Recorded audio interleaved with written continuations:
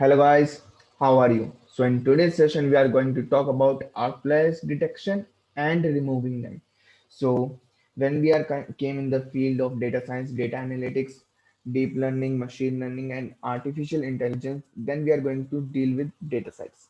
And sometimes there are outliers in them, and if you don't about outliers, so let me just give me a brief about that. Let's say you are calculating the average salary of a city, okay, and there are so many slums, like so many poor people there living, and there is only a rich person who is I mean, let's say who is a richest person in all those state, and even he is like thousand time or million times richer than all of those slums collectively.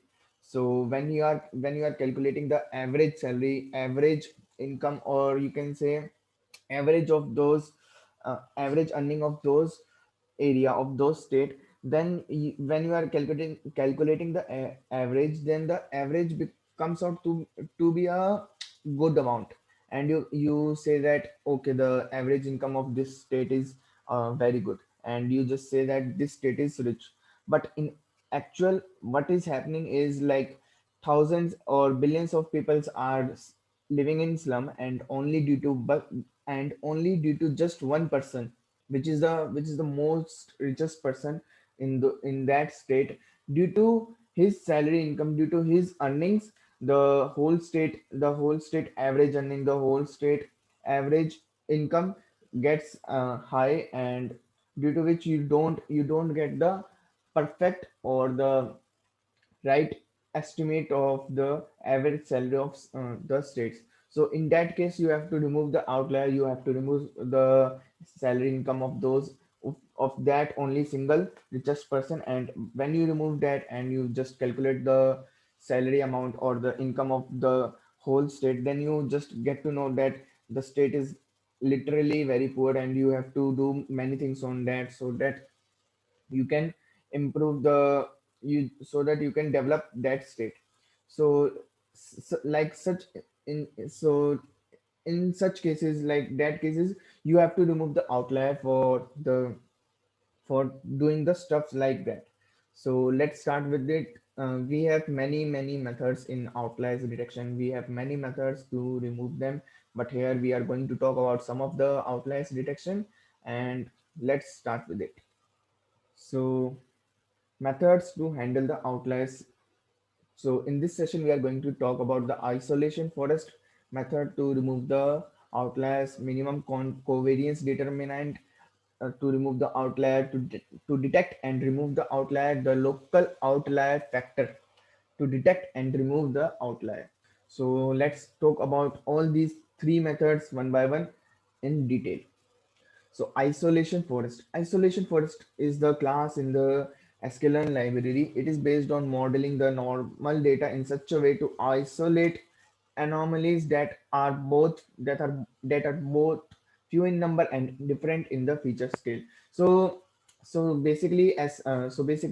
isolation forest class, which is used to detect and remove the outliers, which is used to detect and remove the outlier, is in the sklearn library. And this isolation forest class or this method is basically based on the method which try to find out the minorities, or you can say the few number of rows which are different in features. Like, let's say you have the age group, you have the age of students in a particular class, age of students in a particular class.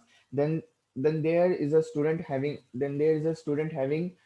different age, like two times more age than the other students. Like, there are four five age students, and suddenly a student came having 10 years, and then there are students like four five and 6 age students.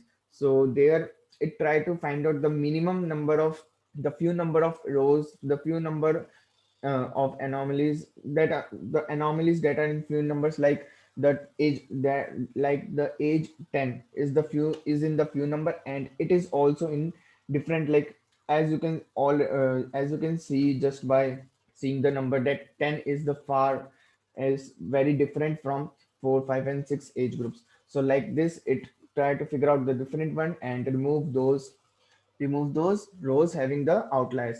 The important hyperparameter in the model is the contamination argument, which is used to help estimate the number of outliers in the datasets. So this contamination is the hyperparameter which we are going to tune it so that we can remove the outliers in our datasets. This is the value between 0 and 0.5 and by default is set to 0.1. So in sklearn, scikit-learn library, the default value of this contamination hyperparameter is 0.1, and you can tune it this you can tune this hyperparameter in between the 0.0 to 0.5 in this range. So next comes the minimum covariance determinant.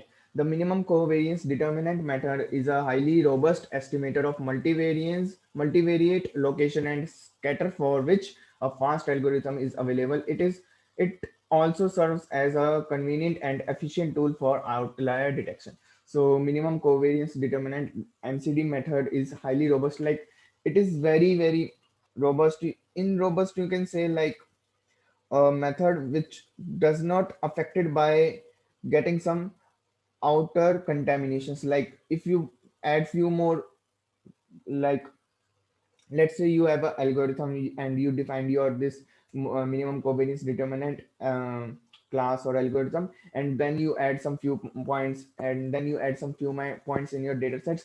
Then due to those data sets, this algorithm doesn't get much affected, and that's why it is known as robust estimator. And of multivariate location and scatter, like you have many, if you have many dimensions, then this algorithm is also work on that n number of dimensions to remove the outliers. Basically it what it do, like you have the yeah, let's say you have a 3D space and you have some points in your 3D space. Let's consider your room, and in your room you have many points. Like one point is left corner, one point is right corner, some points are in back and some points are in center. So let's say a large amount of points are in center of your room. Then it makes a sphere, or you can say an elliptical sphere on those center point and contain all those points in its sphere. And the rest of the points which are outside the spheres, like say let's say the leftmost, the uppermost, the rightmost point which are outside the sphere are considered as the outliers, and the points which consider inside and the points which are in the sphere is considered as the uh, is doesn't consider as the outlier. So the points which are outlier, which are the points which are outside the sphere, are get removed, and we get our true datasets which we don't have any outliers. So that's how this minimum covariance determinant algorithm works. It provides the contamination argument that defines the expected ratio of outliers to be observed in practice.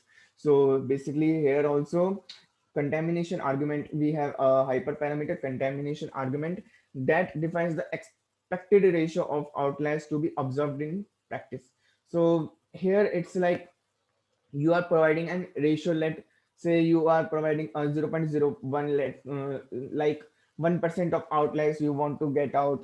You want to find out, let's say if you want to find the 10% of outliers, then you just define 0.1 and you get the 10% of outliers in your data sets. So in this case, while we are doing the coding session, in this case we will set it to a value of 0.01. That means 1% of the points which are furthermost for from our the full data sets, we just remove that found with a little trial and error.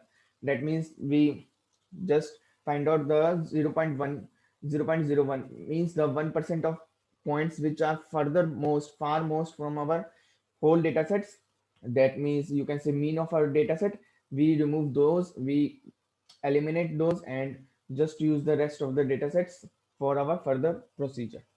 So that is about the minimum covariance determinant algorithm. And next comes the local outlier factor. Outlier factor. The local outlier factor, or LOF for short, we can say like LOF, is a technique that attempts to harness the idea of nearest neighbor of for outlier detection. Each example is assigned a scoring of how isolated or how likely it is to be outliers based on the size of its local neighborhood.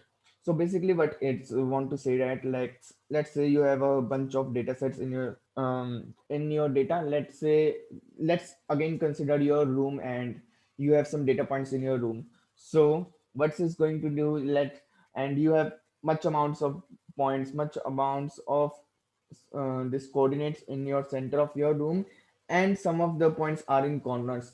Then what it do, it counts a score.